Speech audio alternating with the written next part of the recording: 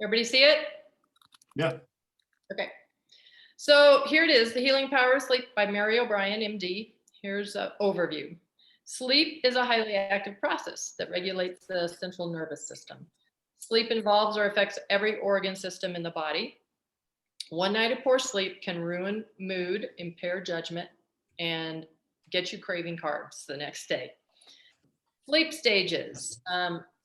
In REM, non-rapid eye movement, or REM, rapid eye movement. A sleep cycle takes 90 minutes for an adult to pass through all 5 cycles and 60 minutes for a baby. Very shallow, or stage 1 of sleep is very shallow or light sleep. One is easily awakened, eyes move slowly, there's little muscle activity, and this is not restorative sleep. Stage 2, this is the longest stage. Eye movements ease. You may still wake easily. Older adults and those with chronic illness can spend much of the night in this stage. Stage 3 and 4, this is priority sleep and deep sleep. It will show slow waves on an EEG. It's difficult to wake, and if you do, you're dazed or disoriented. The body's repair processes occur here. So muscles, bones, and joints heal assorted injuries and micro traumas. I thought that was interesting because I did not even know that until I read this book. Skin and connective tissues regenerate or repair themselves during stage 3. In stage 4, pituitary gland synthesizes 70 to 80% of our total daily growth hormone, or HGH, which you've probably heard of that before. Maybe you have, maybe you haven't, but that's growth hormone. HGH helps us maintain muscle mass, strength, endurance, and stamina. HGH levels fade considerably as we age, and if we have chronic illness. Neurotransmitters are synthesized in stage 4, including those critical for memory and learning. Dopamine is replenished and vital for staying focused and alert. Serotonin and norepinephrine are essential for well-being and they get replenished during this time. Stage 5 is REM. So this is dream sleep. This is rapid eye movement. Most dreaming occurs and body functions accelerate during this stage 5. Breathing becomes shallow, irregular, and rapid. Eyes move in a jerking manner in various directions, which I'm sure you've seen happen to people. You know, somebody you're sleeping with in the morning, you're like, what are their eyes doing? Muscular paralysis in the extremities keeps us from acting out. So I thought that was fascinating. I was like, oh, that's why. You're not wailing or flailing when something crazy is happening in your dream. We have longer periods in REM or dream sleep as morning approaches. Research lately has shown how important REM sleep is, as it helps us consolidate memories and enhances creativity and daytime efficiency. The more intense or complicated your job, the more you want to preserve REM sleep. So if you're an athlete, if you're studying a high intense thinking job, those types of people really need to preserve their REM sleep. Everybody does. It's great. If you wake up and you've been dreaming, you went through your stages of sleep. So it's actually a good thing. Research shows 7 to 8 hours per night is needed. Little ones typically need 10 and teens need 9. Page 24. This is just an outline. So I just told you some pages or some chapters that are particularly you should look over. Page 24, read about why it's harder for older adults to sleep. Page 25, the joys of being female and hormones. 2/3 of perimenopausal women have difficulty sleeping. Women in pregnancy, new mothers or parents, we all, if you've been a parent, you know how tough that is. There was a Wisconsin sleep cohort study began in 1989. Sleep duration, BMI, body mass index, and early morning hormone levels in 1,024 people that they did. If you slept less, lower levels of leptin, which suppress appetite. So people eat more when they sleep less. High ghrelin levels, which is hormone produced by the stomach, and when it's empty, stimulates hypothalamus to increase appetite. Bottom line, body mass index was inversely proportional to sleep duration. So the less we slept, the more we weighed. So Sleep disorders. So this is in chapter 3. So just if you're interested or you think you have some sleep disorders, read about them. There's insomnias, there's snoring, there's sleep apnea, there's restless leg syndrome, sleepwalking, and more in that chapter. Medical conditions that disrupt sleep. Almost all medical conditions can disrupt sleep, but respiratory, cardiovascular, GI, musculoskeletal, diabetes, and more. Medications, chapter 7 and 9, actually. And I'm not going to get into the medications because that's not for me to get into. That's for if you feel like you need medications for sleep, then you should be talking to a doctor about the safest medications. But some of the stuff that they talk about, I found it fascinating and I wrote down for myself. The newer short-acting sleep medications are much better, and the older sleep medications and over-the-counter are not suggested. See a doctor for medications and understanding medications. Try healthy sleep habits first. That's the best thing to try first. Keep a sleep journal. On page 92, there's something you can use to keep a sleep journal if you want to keep a sleep journal. In the back depression, there's a Beck depression inventory. So, anybody who thinks they have depression and I know sleep is bothered by that, go to page 130. You can take a inventory on that. Here's what I really like is how I've had trouble sleeping after menopause and right before menopause. I was struggling with sleep, and running a business, sometimes you struggle with sleep. So I've used a lot of these, and I'll protect my sleep as much as I can. But I'm going to go through these with you. Relaxation techniques are good. Breath work, yoga, stretching, Pilates, prayer, massage, meditation, anything like that. Stimulus control therapy. That is making, I think that was on a page in here, and I thought, why did I write that down? No, that was cognitive, sorry. Oh yeah, so cognitive behavioral therapy, which is, did I say stimulus? I'm sorry, I'm on cognitive. So that therapy incorporates these good sleep hygienes first, and then you would be actually seeing a therapist for that. So if you need to get to that point, that's it's important that you protect your sleep. Exercise in the late afternoon or early evening to help facilitate sleep. Avoid, though, 3 hours before bed. So you kind of have to start winding down then, but good exercise in the evening actually does help. Regular sleep routine, like 10 to 6 or 11 to 7, then you're getting your certain hours or 7 to 8 hours of sleep. Increase exposure to bright light or sun as soon as waking. Spend time outdoors in the late afternoon or early evening for light exposure. Let your body get as tired as your mind. So exercise is big. Develop a relaxing routine before bed. Turn alarm clocks backwards, lights and digital lights. I find that annoying too. I have to get rid of lights. I had a light in my room last night and it was just a little green light. And I was like, I can see it. And I turn it around. Ask my husband. He's like, wow, that's crazy. I'm like, no, it's not. It's there. Close your eyes. It won't be there. It's like, no, it's still there. Okay. So regular sleep routine. Oh, we did that. Where am I? Turn alarm, probably did that. Don't look at the clock. If you awaken, you may create anxiety about not sleeping.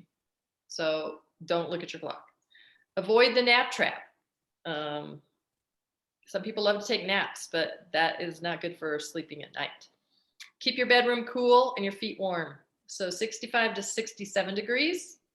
A cool face and a warm feet and hands induce sleep. A warm bath 30 minutes before bed helps produce more melatonin. So it says something in the book like your body warms up, your temperature, then you get out and it gets cold, and that coldness for some reason produces some more melatonin. So that was interesting to me too. Don't go to bed unless you're tired. Get a grip on your worries. A light bedtime snack, that helps me. If I do wake up in the middle of the night, I'm like, oh geez, I'm hungry and I can't get back to bed. At least I've eaten something before bed. Try some sleepy time tea. Chamomile works great. Ask Martha. I drink it every night. True. I do. I drink chamomile every night because it really does help me go to sleep. Ease up on evening liquids so you don't get up. I've tried this. I do get up at least once a night. I have no idea why. It started in my late 40s and it's never changed. Wish it would, but I can't. The most I can make it is to 5 o'clock. And then it's dangerous because then I'm up. Keep your bedroom dark and quiet. Try to avoid work within 2 hours of bed. Quality bedding is good. So is a mattress you sleep on. Serenade to sleep. There's that Calm app has sometimes if I'm awake in the middle of the night, I'm like, all right, I'm going to the Calm app and I'm going to find music or I'm going to listen to an app, to a calm story. And it has worked for me. Don't try to sleep. Sleep is letting go of wakefulness. And I can get anxiety about sleep sometimes if I'm awake. I'm like, dang, I want to go back to bed. And it's maddening. So sleep is letting go of wakefulness. No caffeine after mid-afternoon. No alcohol after dinner. Don't ever smoke. Say no to your cell phone. Use the do not disturb function after 8 or 9 p.m. and before 6 or 7 a.m. Abandon time on the big screen, the TV. Keep lights bright and stay active until 8 p.m. Use light to your advantage. Sleep alone if needed.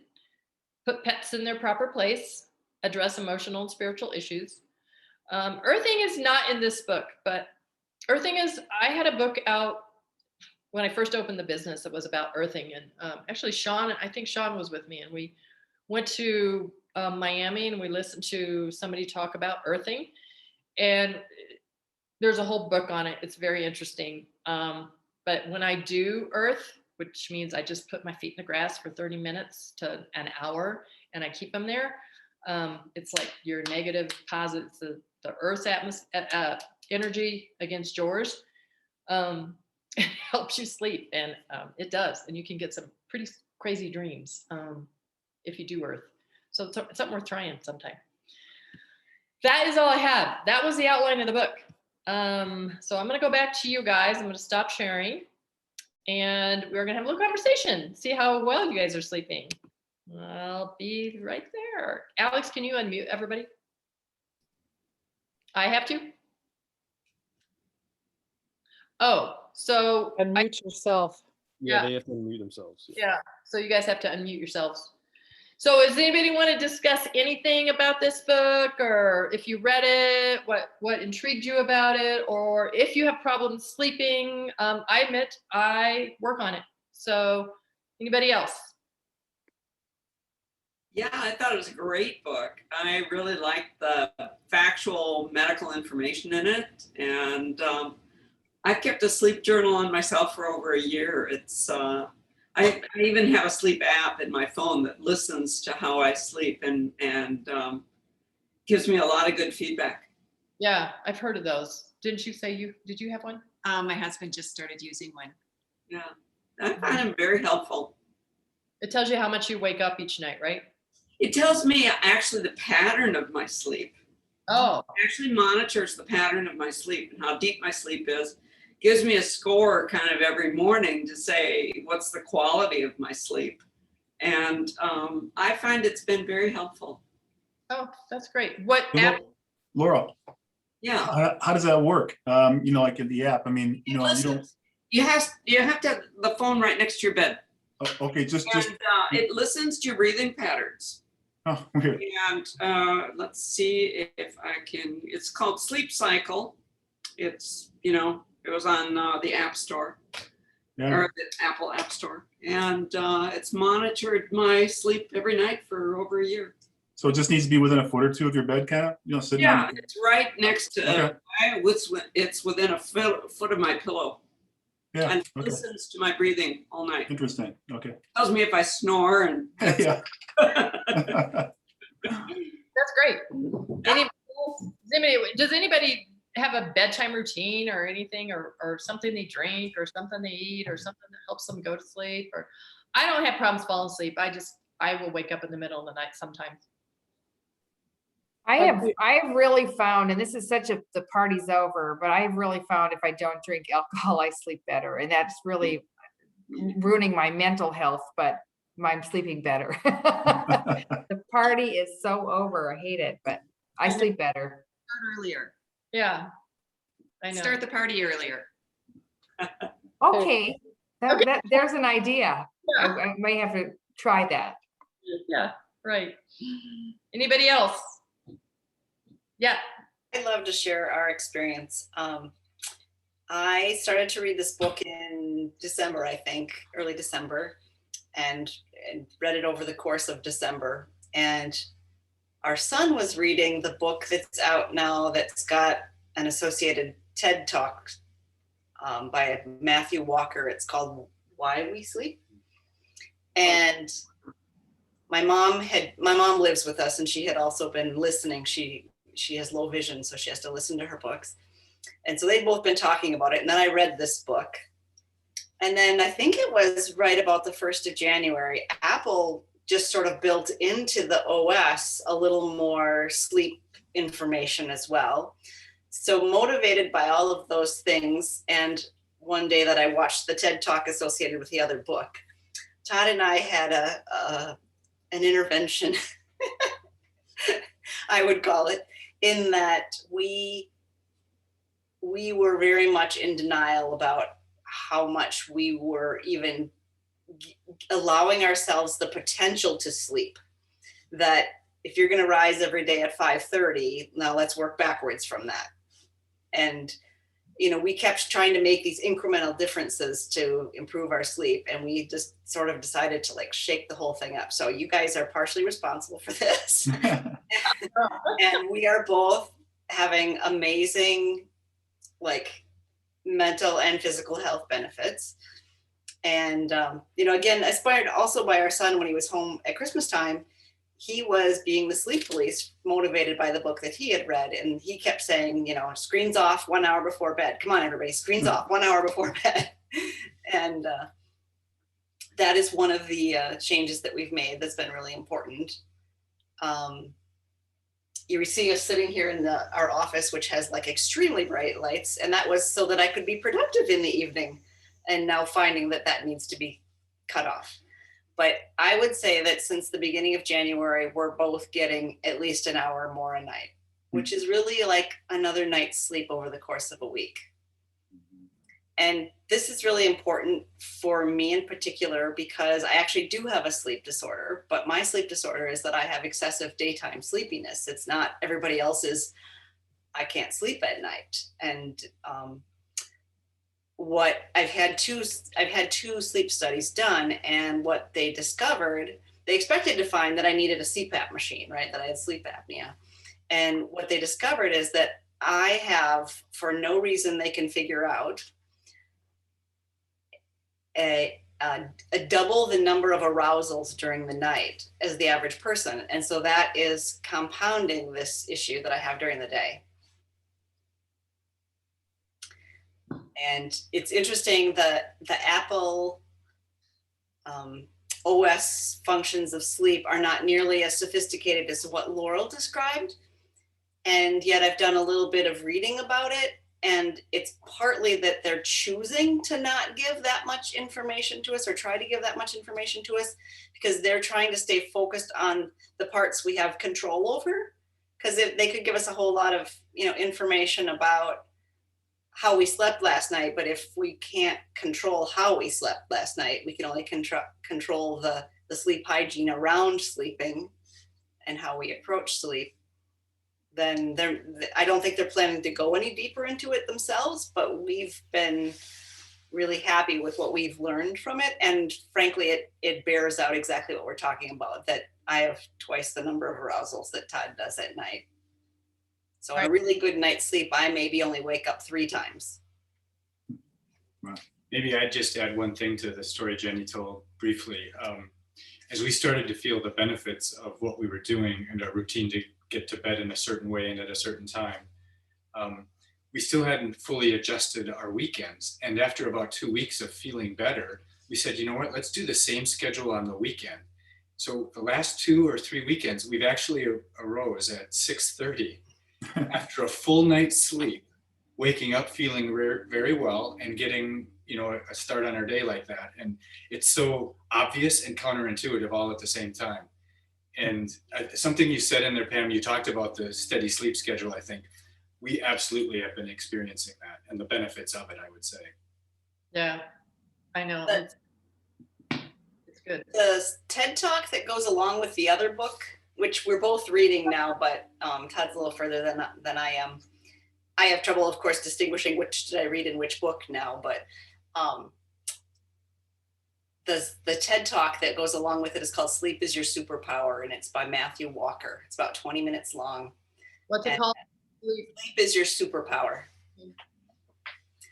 And that was one of his strongest suggestions in that was to be consistent even on the weekend. And we started out, I think, even maybe, well, we'll just sleep till 7, that extra half an hour. And we decided it really wasn't giving us anything other than permission to go to bed later the night before. Yeah. So, I mean, that's great that that helped you both. Did you also talked about Why We Sleep, the TED Talk? Is there 2 TED Talks?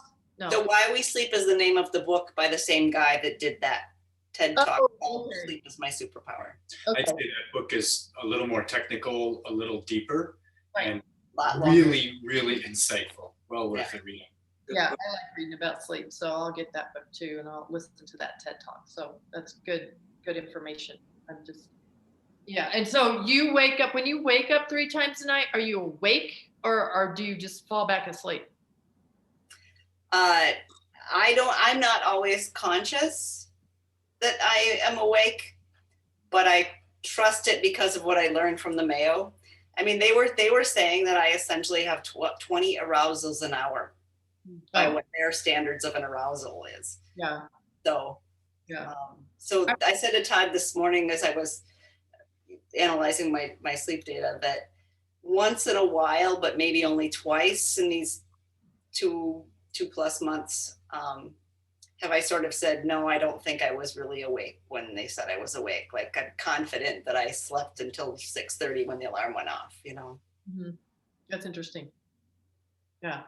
And you just talked about too, there is in this book on page 96, the Epworth sleepiness scale. And it says in here, no chance of dozing off is 0 points. You get a 1 if you have a slight chance of dozing off. You get a 2 if you have a moderate chance of dozing off, and 3 if you have a high chance of dozing off. And it's under these situations. So think about this in your head.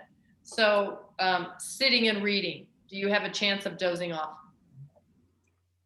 A 0 if there's no chance, a 1 if there's a slight chance. For me, there's a 1. I have a slight chance if I sit and read. And then watching TV. That's really boring. I have a slight chance. Otherwise, I don't have a chance. Sitting inactively in a public place, such as in a theater or in a meeting, do you have any chances of dozing off? Lying down to rest in the afternoon when circumstances permit, I have no chance there. I cannot take naps. It just can't. Doesn't happen for me. And I know some people can, and they love them. Sitting and talking to someone. People doze off when they do that. Maybe, I don't know. In a car while stopped for a few minutes in traffic. And that's funny because of course I don't do this at all anymore. But when I first started the business and we were working our butts off, Brent would just drive and I would just fall asleep. I could fall asleep at the drop of a hat in a car just like that. I don't do that anymore, but especially driving, that would be scary, right? Yeah. Anyway, okay, that's my sleep book. Anybody else have anything to add? No. Okay, so if you're intrigued, go get the book. Thanks, Jenny, for sharing all that information. That was great. And everybody else who shared their information too, the sleep and the information about the TED Talk and the book and everything. So next we're going to hear from Marielle. So she's going to talk about milks. So I'm going to mute myself and she's going to jump in. So yeah, I'm just going to briefly, I got my notes down to 1 page to this time. So we're keeping it brief this time, but just kind of go over just milk and kind of how to make selections when you're in that dairy aisle, just because the concept of milk, a lot of people are moving away from what we know, what is milk. And that comes from greater concern with allergies and food sensitivity. So a lot of these alternative milks are kind of popping onto the scene to fill, the need or the void. Just out of curiosity, how many of you guys drink alternative milks? Okay, awesome. I'm actually really surprised. That's good. We have a good mix. So if some people are maybe considering switching, or they're kind of wondering either way, we're just kind of going to talk about that briefly. If you are thinking about switching or you're curious about milk, these are just some things to think about when I'm going over talking about milks today. So what are your goals with drinking milk? Which sounds like a really weird thing to say, like, what is my goal for eating something? But you're purchasing this thing and you're making a change in your diet. So you want to make it work for you. If you're going to be taking it away from your diet, so you're going to be going from this milk to this milk, are you going to be lacking something in your diet? Or are you going to be getting something from your diet? You want to be benefiting from it. What diet considerations do you have? Only you know your body, so you want to take in what works for your body and what you need. What's better for a recipe? You could probably drink one milk one week because it called for in a recipe, and one milk another week. You might have see, if you look at my recipes, I call for a lot of coconut milk. Just because it's really creamy and it goes a lot with the recipes. So a lot of times at our house, we have one milk one week and this milk the other week. It just kind of depends. And then other considerations are like the cost, and then also just the environmental cost as well is another thing to consider. And some other just kind of tidbits is, if you are thinking about switching milk, I always encourage people to either go for unsweetened milk, or if you're someone who are like, no, I don't really like the unsweetened milk, I've tried it before, you can go for plain vanilla. That is also very low in sugar, so that's still okay. And then also some people are like, I've tried X milk and it really did not sit well with my GI system.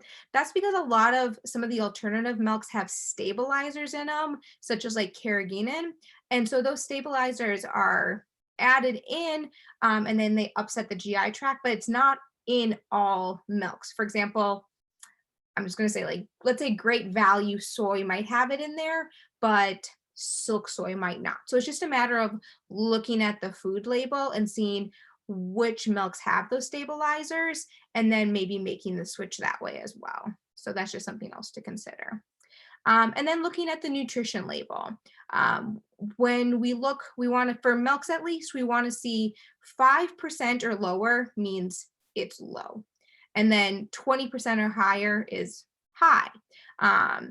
And that could go either way. So, if it's 20% or higher of sodium, well, obviously you don't want that. And if it's 5% of lower of calcium, obviously you don't want that in your milk. So just things to consider, because sometimes you're like, I don't know, is 20% good or bad? So in milks, 20% or higher is usually high, and then 5% or lower is low. Overall, if you can tolerate regular, I like to call it at work, we call it cow's milk, just for standardized language. It can be part of a healthy diet. It gets a really bad rap nowadays, but truthfully, it's a good source of protein, fat, vitamin E, calcium, D. So if it's working for you, there's really no reason to switch. And then as I go on today, I will compare all the alternative milks to cow's milk, just so we have kind of a standard milk to compare it back to. So the first two milks I'm going to go over, I would say, are the most accessible in price and also visibility. And by visibility, I mean, like, you can easily find it. I can find it up here in, Austin, Minnesota. I don't have to go searching at some like health grocery store or anything like that. So I would say soy milk is the one that we're kind of most familiar with. It has the similar amount of protein as regular milk with 8 grams. but it is lower in calories. So if protein is something that is your goal, soy milk is maybe something to consider. It's a good source of vitamin A and B12, and B12 is one that I really want to highlight because B12 can be hard to get in those who are of an older generation and also those who don't eat a lot of animal protein. So B12 is something that you often have to supplement or get it from soy milk.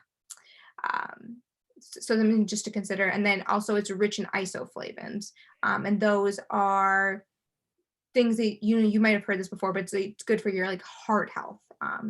So overall pretty healthy for your body. Some cons of drinking soy milk, I guess I would say, would be it's a common allergen. And then too much soy, having too much of it can actually cause some issues for those who have thyroid issues and also those who have issues with cancer, specifically breast cancer. So just something to consider as well. And then soy is often found to have those stabilizers, like I mentioned, carrageenan. So just keep an eye out on the nutrition label. And then the other common milk is almond milk. It is lower in calories and it doesn't have any saturated fats. The other milks I will talk about are a little bit higher in saturated fat. So it's kind of one thing I want to highlight. High in vitamin A, E, calcium, and then it's vegan and lactose free. The cons are it is low in protein, and then it's not as eco-friendly as other alternative milks. It takes a lot of water to make almond milk. So if you're thinking about like the environmental cost, it's not as eco-friendly. And then just keeping kind of sugar content on the mind. The unsweetened milk has about 0 grams of sugar. Vanilla has about 13 grams of sugar, and then chocolate has about 18 grams of sugar in it. And then on average for like women, we should be getting about, give or take what kind of day it is, about 25 grams of sugar every day. So, having just a glass of chocolate almond milk puts you at 18. So again, we'd like to go for the unsweetened or like the plain vanilla. So the next milk is coconut milk. Like I said, it's often used in recipes just for its creamy consistency. And it's also keto friendly. So you'll see it being used a lot there. It is allergen friendly and a good source of calcium, vitamin A, and D. It does not have any protein in it. It's high in saturated fat, and it's also high in sodium. So some things to consider if you're thinking about making a switch to coconut milk. The hot milk on the market right now is your oat milk. Everyone is having oat milk lattes. I feel like I'm always seeing that.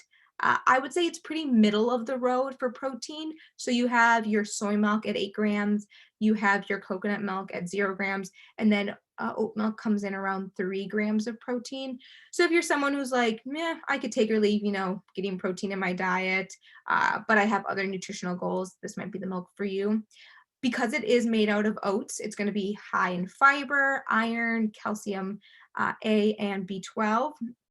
It also has a correlation with lowering cholesterol because it has beta glucagon in it from the oats. So just something you can consider. You hear all these benefits from oat milk, right? But you could also just get them from having oats or cereal or whole grains, right?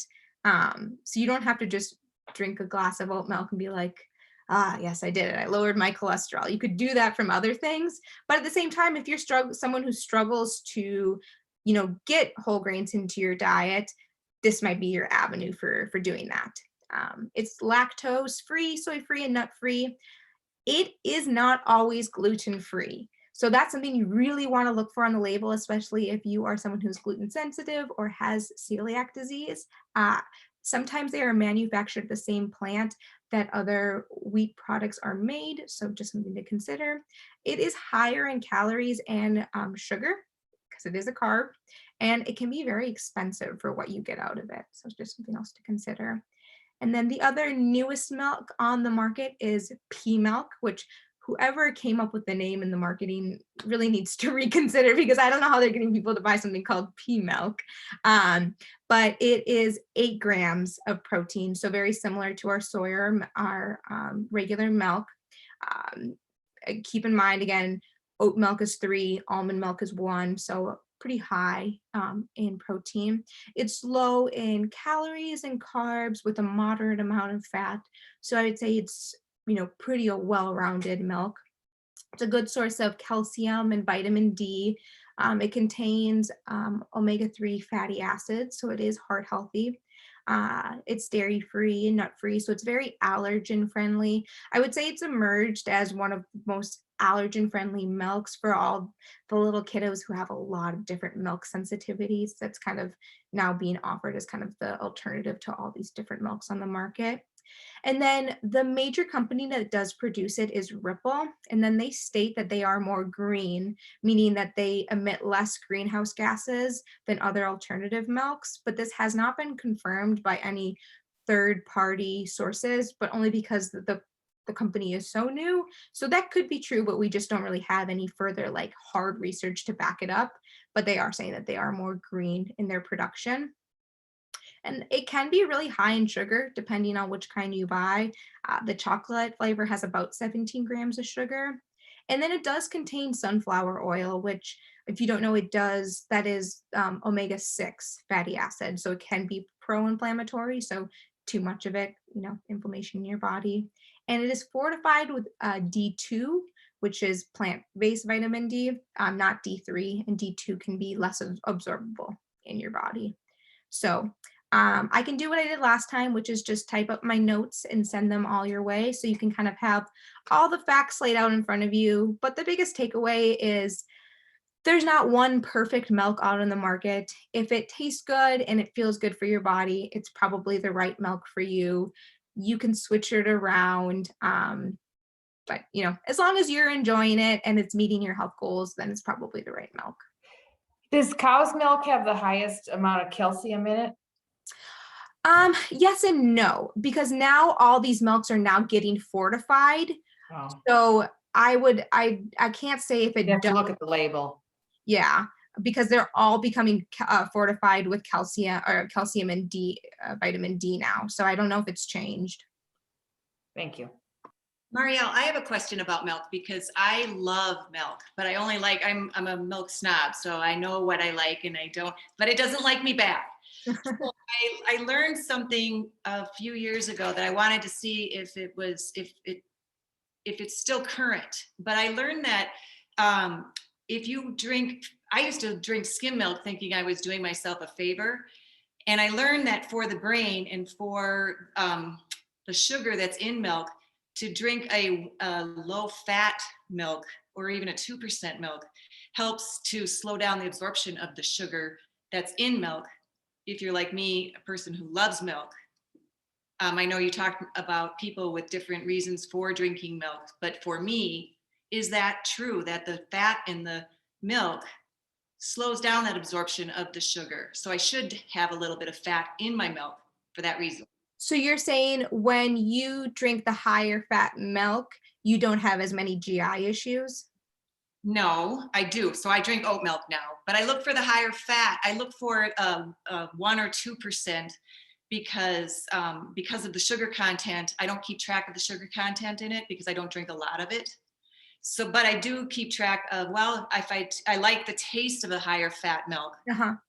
And that satisfies my brain.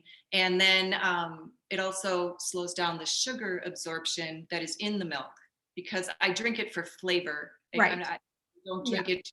Yeah, it has to taste good. Okay, so sorry, I just want to understand the question fully. So you don't, the sugar doesn't matter to you, correct? You're not looking at the sugar, you're looking at the fat content. Flavor first. Flavor first, okay. And then you look for like a 2%. Or 1%, yes. Or okay, so you're looking for a lower fat milk. Mm-hmm. Okay, now I'm understanding. Yes, okay, so this is something that we commonly find, especially when I am helping moms like introduce milk to their kids. Kids will like immediately go to whole milk and they'll get like diarrhea, like they'll have some kind of lactose sensitivity, but when we bump it down to like a 1%, they'll tolerate it a little bit better. So that is definitely something that we find. Yes. Because many people will do a skim milk thinking, oh, I'm keeping the fat out of it. But is that better because it still has the sugar in it? So in cow's milk, the sugar content is usually about 11 grams in all of them. So does the fat help the absorption? Slow down the absorption of the sugar so you Okay, don't. Yes.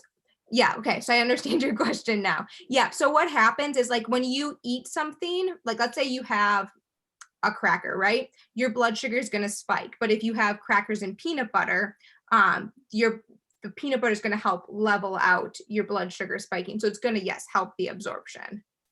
So yeah, what you're doing is working for your GI system, and it is a correct way of thinking. Sorry, it took me a little ways to get what you were saying, but yeah. I have a few questions. You okay? How do you get milk out of an almond or a cashew? Is it like how do they do that? So pretty much what they'll do is they'll make them very, very soft. And then they'll just blend it up. You can make almond milk at home. It's just blended, really finely blended up almonds with water. And peas too? Yep. What does pea milk taste like? Okay, I'm a little bit biased. And I know like Jennifer and I have talked about this a little bit, but I love pea milk. I'll only buy it though. It's a little bit expensive if it's on sale, but like it tastes good. Oh. It's a little bit like, it's not too sweet, but it tastes kind of like almond milk, but it's a little bit creamier, I would say. Would you agree, Jennifer? Yeah. Yeah, I like it. I think it's good. It's some moderate fat, good source of protein, and it sits well with my system. Although I love milk as well. We buy both in this house, but I like different kinds, and the newest one I've seen is cashew milk, and I kind of like it in my smoothies. Yeah, that one blends up. It's really similar to like coconut milk. Okay, yeah, because it's a lot of fat in cashews, so. Mhm. Fat is your friend, good fats. That's my friend. So yeah, all the milks it's just kind of fun to experience all of them. In fact, she's like, we're gonna go get oat milk this morning with our couple shots of coffee. I'm like, okay, I'm gonna try it. Uh-huh. Good. They should come up with a sampler package. Yes. Sampler package. That would be great. Oh, thanks, Mariel. Does anybody have any more milk questions? I have one. I'm just curious about the light versus not light coconut milk. Yep. So that is just going to be the fat content in it. So are you talking about like for cooking or just kind of like what's the difference? Yes, because I just was sort of looking at the difference from even a calorie standpoint recently, and there's a huge difference. Right. Yeah. It's So like 1 or something. yeah, so calories, fat content, and sodium are going to be the biggest difference that you're going to see. Again, it's a matter of preference. Like, so if you are keto, they're probably going to want, the full fats. Personally, I usually choose to cook with the light because I'm going to be adding salt and stuff like that to the food anyways. So, it's just a matter of kind of what your nutrition goals are. This is really helpful for me because while we aren't looking to make any changes necessarily in our milk habits, we have somebody in our extended family that'll come stay for a week or two at a time who has a need that she hopes is temporary to drink, I should say, to be gluten-free. And so we've been using both the coconut and the oat milk when she's here, and so it's just helpful for me to see it all in a framework. Thank you. Yeah, definitely. I'm gonna have to check out the calcium content because I thought that I just had to stick with the cow's milk to make sure I got enough, because osteoporosis, you have to get a lot of calcium. Yeah, the exciting thing is that they're now really pushing to fortify a lot of things. I hope I'm not pushing you away from regular milk, but they're fortifying a lot of things nowadays, just because calcium is on kind of everyone's mind. Thanks. Yeah. Milk's a fun topic. I love talking about milk. It's like all I do at work. Okay, can you guys see me? Slide Oh, off on your Mario, I made your recipe. God, Did you? I did. I made the lentil salad, and Oh, yum. I got to tell you, like, I'm showing everybody this. Can you guys see? Here, let me take that. Thanks. It has mint and parsley. I put radishes in I there. can It smell it. wasn't I part of can it. smell it. Super good. It's super good. It has English cucumbers, and it has, I don't know, it's online. You guys got to It's try really it out. good. It's really good. So the lentil salad, and I'm going to make your chickpea turmeric soup. Chicken turmeric chickpea soup this week too. So That's a good one. So are you guys getting those recipes? They're good. All right. Next is my husband, Brant. All right. Thanks, Marielle, Pamela. You guys hear me okay? Okay. Just gonna do a little trivia quick, whip through it quick so we can hear what's going on with the exercise stuff here. But so you guys, I'm gonna just ask a few trivia questions as usual, music, trying to see what people know out there. And then I'll play a couple songs, and it's pretty simple this week. I'm just gonna have you guess the artist and maybe where they're from. So number one trivia question here, though. Everybody ready? Which country artist recorded 2 of his best-selling albums in prison? Johnny Cash. Johnny Cash. Johnny Cash. That's right, Martha. Oh, Mary. Yeah, who was that? What's Mary. that, Mary? Nice Yeah. job. Nice job. Martha's good though. I know, she's tough. I didn't want to get, I don't get them as quickly as she does. So I know, it's had to pretty tell good. everybody. It's like flashcards, remember those things? Okay, how about this? Justin Timberlake started his career as a member of which group? Insane. NSYNC. I think Alex got that one. Nice job. A little more current. Mickey Mouse Club. Yeah, I think he was in Disney, wasn't he? That's true. Yes, he was.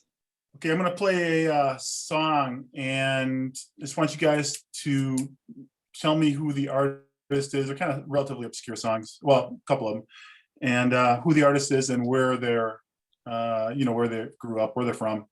Here's the first one.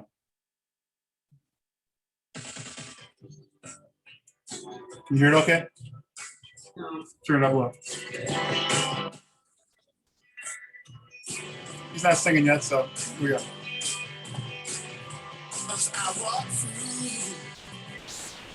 Elvis Costello.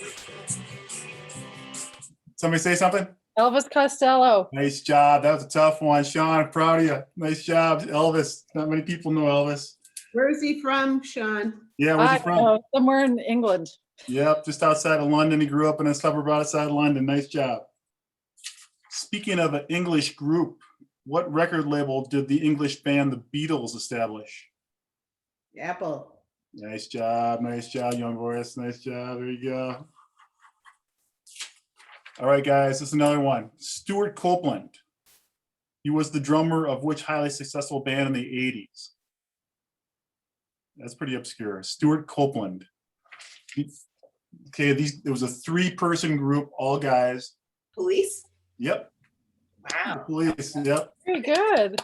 He was the only American, I think. There was a couple of, obviously Sting, and then Andy Strummer, whatever his name was. Okay, here comes another song. This one's kind of, it's a cover can you guess who the singer is or the band that's covering the song and where they're from? Here we go. Here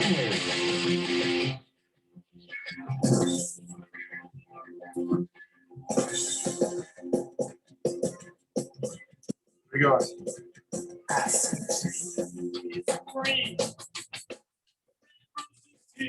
Tough one.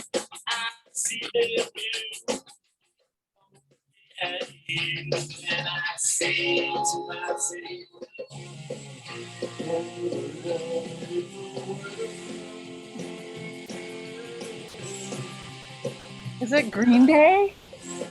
What's that? Is it Green Day? That's pretty good. That's pretty good. It's not Green Day though. That's a good guess. Oh. It's really obscure. I can't just give you guys easy, layups all the time. So that was the Ramones, Joey Ramone doing, that old song by who sang that originally, years and years ago. Louis Louis Armstrong. Yeah. Yeah, and the Ramones are from New York, so no big deal there. Okay. Anybody tell me who the lead singer of Guns N' Roses is? Axl Rose. Nice, nice. Alex, Yeah, whoa. Alex is contributing. I like it. He's hitting these things.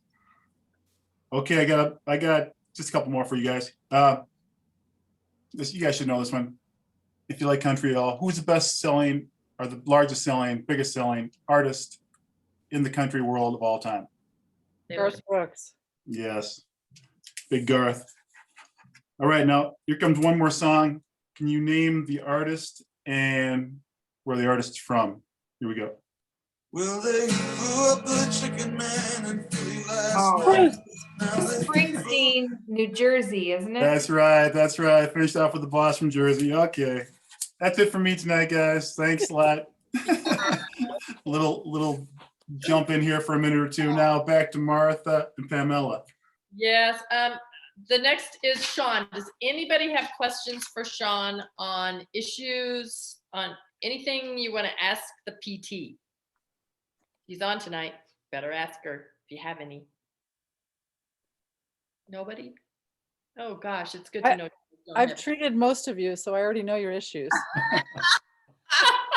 She's Okay. like, Those are some of yours too. talk about it. That's funny.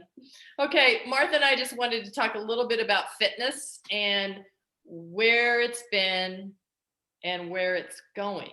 And so we kind of want you guys to help us with this. So we have been in the fitness business, both of us, for a long time. Like I said, 75 years combined. My fitness started with, hang on, I had little notes here. It kind of helps me to follow along with my notes. Really when I was a child, I was active. I was just so active. I was always outside, I was always building something, doing something, going somewhere. And then when I got a little bit older, I was cheerleading, and I saw that Jane Fonda was going, she was the big one getting going with fitness, and I was following some of her TV stuff. And then I said, oh, there's this little fitness studio across the way. And somehow I went over 20 minutes away from where I was. I was like, God, 17 at the time, 18. And I went over there by myself, and it was just like, I'm going to try this little class. And I loved it. Got my sister over there. Then I went to college, and I'm like, I still got to do this fitness thing somewhere. And so I started my own little fitness thing in the Kappa house. I was a Kappa at the time in Columbia, Missouri, at the University of Missouri. And so I got people down in the basement, and I started doing free classes, and my Kappa sisters would join me. And then also in Columbia, Missouri, Bodyworks started, and it was a small little facility that had 2 rooms, and you did high-low aerobics, and we got on like this wrestling mat, and we bopped around the music. I mean, we would just go crazy. And it's the fitness business, and it was starting at that time. And so, and then after college, I knew this is what I wanted to do. And my mom's like, here's a job in the paper. And it was another small company, but they had little businesses going. And they were from Wichita, Kansas. So I went down there to train. It was called Body by Schliebe, and Beth and Tim Schliebe was their last name. And we do burpees and all this crazy stuff. And I had to go train down there and come back. And I know it was just interesting. And then I moved to Minnesota and got with the huger clubs, Northwest Athletic Clubs. And, at that point I brought the steps to the Northwest clubs. I started a kids fitness program for the Northwest clubs. And then I really got into Pilates when they brought that in. And as you age, you realize, wow, I just learned more through this method than I have anywhere else, especially with PTs being involved and learning from them. And that's why I love combining the PTs and that kind of thing together with the Pilates and the fitness. I think it's a real important thing that we've done in the studio. And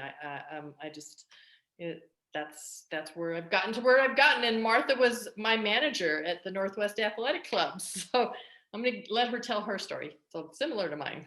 Well, instead of telling the same story, because that's what we learned yesterday when we were sharing our stories, is that we have a lot of crossovers.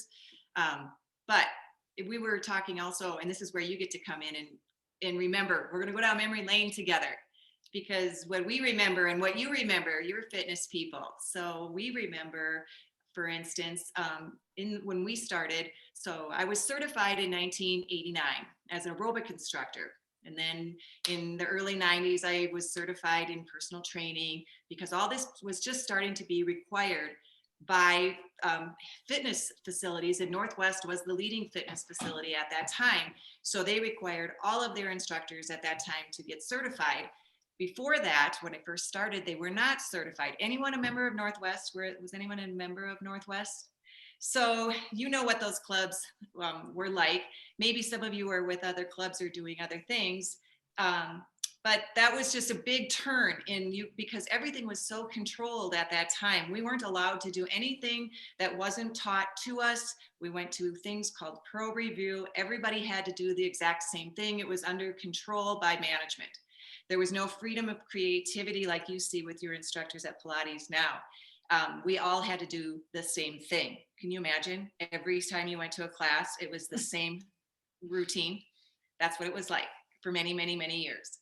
Finally, when the certifications came in, then people got to start getting more creative, and the classes probably were a lot more fun if you were members at that time experiencing it. But and then we were talking about some of the other things. So education started late 80s, early 90s, and now look where we are. I mean, there's degrees in this field where I wanted to go to school to get some kind of a fitness degree.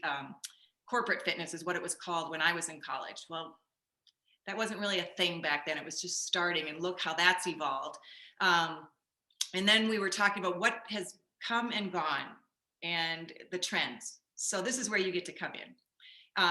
In fact, why don't you start? And just anybody remember some of those trends when we were back in the late 80s, early 90s, or even before that? Which Pam said Jane Fonda. Anybody remember other things? Oh my gosh, I had a whole slew of Jane Fonda videos. I don't know if this is influenced by us living in England at this time, but does anybody remember Calinetics? I do. My husband's British and I lived there for 8 years. So yeah, it's another one. Yeah. And it was like just exercises for body parts. Yep. What would you guys do on that? Exercises, just specific body parts? Yeah, I mean, we still do that, but she called it Calinetics. Calinetics, okay. Part of her name. Yeah. Oh, that was the person, okay, gotcha. Yeah. So we had high impact aerobics. Okay, then we started learning, we got an aging population that has been with us since the 80s. They can't do high impact aerobics anymore. What else can we give them? Then we learned about low impact aerobics. And then we learned about the step. The step, did you know, was a rehab? It started in rehab. It wasn't a fitness, cardio, dance thing. It was rehab. So anybody remember taking step classes? Did anybody do that? Okay.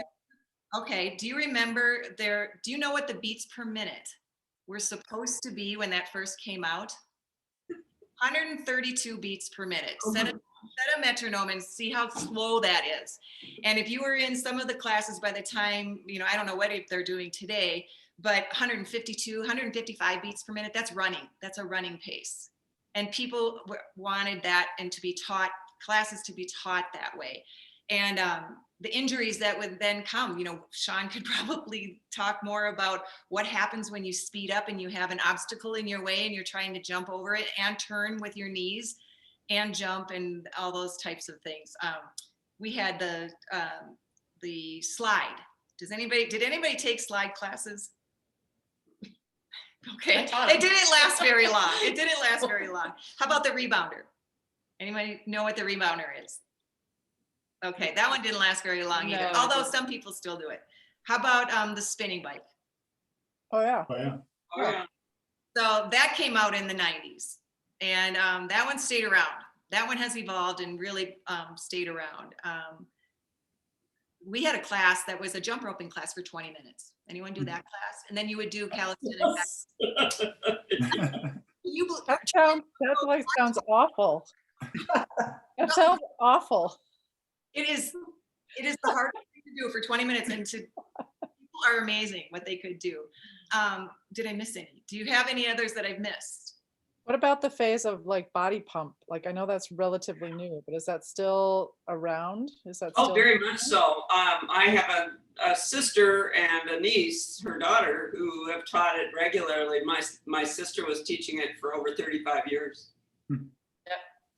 Body pumps around. There's a lot of licensed programs like that are licensed that are around. And are they People doing Zumba or something like that? I've never, the Pilates studio is the only second club I've ever been to in my life. So, or like studio. So I don't know any of these trends. I never exercised. Yeah, right. And there was funk aerobics, and I taught that. It was basically Zumba. It was very hard to teach because you had to make up a bunch of stuff, and it was just like, oh, this is exhausting. It takes me 2 hours to make something up for this class. So we were doing this thinking, okay, so that was yesterday. And now with COVID, we know what we've been doing and we've been in our comfort zone, but now with COVID, things are changing again. And we're trying, we as a company, they as their company are trying to guess what direction we're going to take. And so it's interesting watching these classes at home, people taking classes at home. And when we went through the pros and cons of some of those things, what is good, what is not good, how that will evolve in the future. And then we started asking, okay, everybody's talking about fit. Are you fit? I'm fit. He's fit. Oh, look how fit he is. Oh, she is so fit. And then we asked, do you know what fit means? And is it relative? Is it subjective, or is there an actual definition? Does anybody know what the definition of fit is? I would make it up. And that's okay too. What is it to you? Yeah. You because make it up, Sean. Say Make what it up. I would say fit is somebody who can do everything they want to do. I would say somebody who's doing some aerobics within their exercise routine, somebody who's doing some strength training, somebody who's mixing it up a little bit. I would say it's kind of a combination of a lot of different things, but they're ending up doing all the things that they love to do because they're doing the right exercise routine for themselves. Basically, that's what we found. Two things, yeah, because that's the and then there's a scientific more. Yeah, there's a medical definition. I mean, a cardiologist would define it as somebody who can go through all the levels of a cardiac stress test with no problem. Yep. Well, that might be part of it then, as long as you can get through your stress test, your heart is healthy and fit. I mean, there's different parts of your body. Respiratory system. That's a maximum test of your cardiorespiratory. In the fitness world, there is a more defined. Sean, we found yours too, but they're in the fitness world and the cardio. I wouldn't know the cardio world, but the fitness world, there is an added definition, and there are how many elements? There's cardiorespiratory, there's muscular, there's endurance. It's cardiovascular, strength, muscular endurance, flexibility, mm-hmm. Body composition, muscular strength, muscular endurance. So that's a way when you're measuring whether somebody is fit, it's not just the appearance, the look, or if you're setting goals. Though, are you setting goals for cardio? Are you setting goals for muscular endurance, muscular strength? I mean, it's different for everyone. It's an interesting thing to think about if you didn't know, and if you already knew and you're using that, maybe you're here tonight and you want to share how you're using that because you already knew that. Is there a component you want to work on that you're not getting? Can I share something? I just like to share that when I see patients' clients, most of the time, they're worried about an injury or something like that. And I forget to ask, like, what else are you doing outside of Pilates? Because Pilates is not all that you should be doing. I think there's a well-rounded place to be. And I think as instructors, as physical therapists, as, people who are trying to get this information out to the world, I think it's important to ask, are you doing cardio work? Because some people think Pilates is everything. It's not. Or it's what I like. It's what I'm comfortable with. Right. But that might be their stepping stone to doing something a little bit more intense. I don't know. And if there has ever been a reason to think about each of these elements of fitness, is No, yeah. and to talk about it now, and to ask ourselves now, what can we do for ourselves without, without all the other things that are going on, trying to protect our health. And doing it at a pace that works for us too. It's not like trying to be a weekend warrior, or trying to do everything that you're trying to get everything in, in 2 days of the week. It just doesn't work that way. You've got to sort of figure out how to get that in your daily life, which is why this MOVE program is really great. It's really a discussion about all aspects. And aging, we were talking about how long the two of us have been in fitness, and we all have our own story about being active, and just how we're dealing with aging. We went from, oh, well, we're doing all of these things in our youth, to, wow, how come we can't do that anymore? What is this on our body? Why can't I run a mile anymore? What are my goals? I listen to people and they're doing all these things. Why can't I do all those things? Do I want to do all those things? What should I be doing? All of those things are going through the mind, and it's just time to have that conversation with our friends and ourselves and think about it. For me, it's I always go back to Pilates. As educators, we go through lots of courses, and we do lots of courses to keep ourselves educated. And any course I go to, I get tidbits from, or any different thing I veer from Pilates from, I still get tidbits from. But I always come back to Pilates because it has, there, in all the years I've been exercising, this has never been a better exercise, because you do get flexibility, you do get strength. You can get a little cardio from it, that you're going to have to take somewhere else. But I just have never, I think this is what has helped me age, because I've had injuries through my career, and I've always had back pain because of a break in my back that I had a long time ago. And I just thought I had to live with it until I found Pilates, and I will never veer from that. And Pilates is one of those methods that will never go away now. It's like yoga, it will never go away. Fads will come and go, but Pilates, physical therapy is always going to be there. Now yoga, the boutique studios are getting more and more. It's funny because we thought, oh, it's the big health clubs, but no, that's not where I started. I started in the boutique studios. Me too. And then it went into the big health clubs, and now it's going back to the boutique fitness studios. I think, proof is in the pudding. It really is telling if it's working for most people. That's why it sticks around. It is. The fads will go because they're hurting people or injuring people, or there's not great instruction or whatever. I agree. And when I'm out here and I'm skiing, I wouldn't be skiing like I'm skiing if I didn't have Pilates.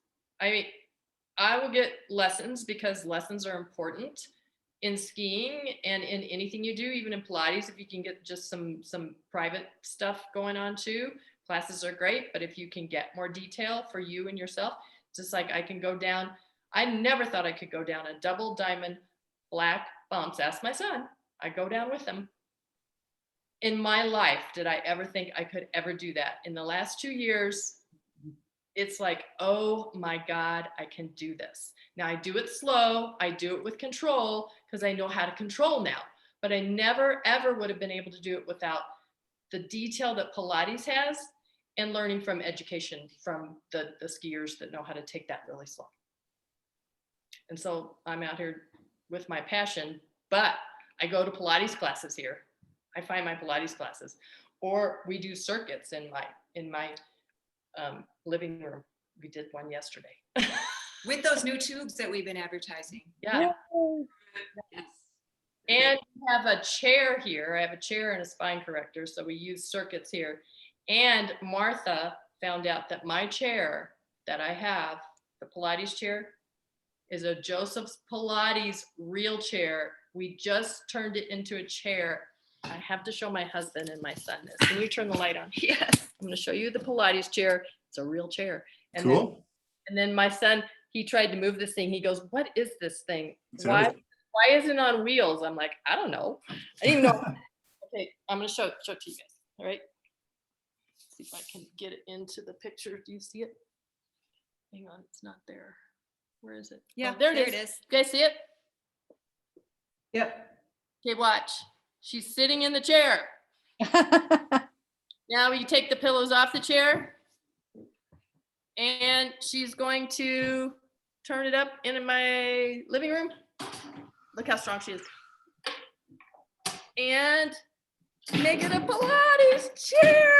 Is that cool or what? Nice job, guys. That's in our living room now. It's a big deal for Pilates instructors. Okay. You just had to show you that. Anyway. Okay, does anybody, of course we went over like usual. I'm so sorry. Does anybody have anything else to say? Add? Anything for the future that you can predict in fitness? I have watched the incredible logarithmic rise in Peloton over the COVID. And I've had the app for 3 years. And so and as I've aged, I'm 70 now. So there's a lot of stuff I can't do anymore.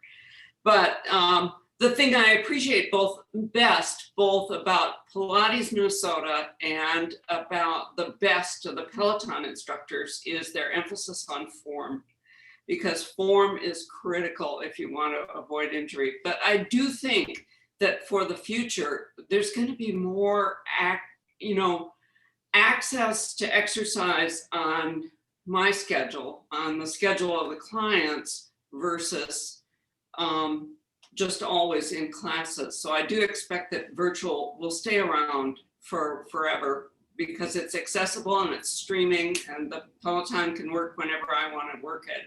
Yeah. So the thing I love though about coming into the studio is one, I have to schedule it and it forces me to go. And also the wonderful emphasis on form that keeps me, because like you, I had a back fracture years ago without knowing it, and it's only now come to roost later. So form is incredibly important for me. Keep from injuring myself. Yeah. So thank you. Yes, I totally agree with you there. And you're right, the virtual is gonna stay. So we are putting together a virtual platform for everybody here that should be out by end of summer or fall. All the Move Zoom programs will be on the virtual platform along with mat, different levels of mat, and maybe some of that tubing that you can, I mean, it's so easy to travel with. So we will put that together and then you'll have, $10 classes to pick from if you're somewhere, if you want to pick from our stuff or you're doing Peloton or whatever you're doing, because Peloton's great cardio, and it's non-impact. And I've just recently started running a little bit again, just like a minute, and I try to go at a good pace because I did a Runity course that I thought was really good, and I'm just trying to keep my bone density, as we age. So you don't need much running. If you could just run 5 to 10 minutes, not at the same time, you can run at different times, but it's jarring, and jarring actually helps the bone, right, Sean, conform. Yes. And Yes.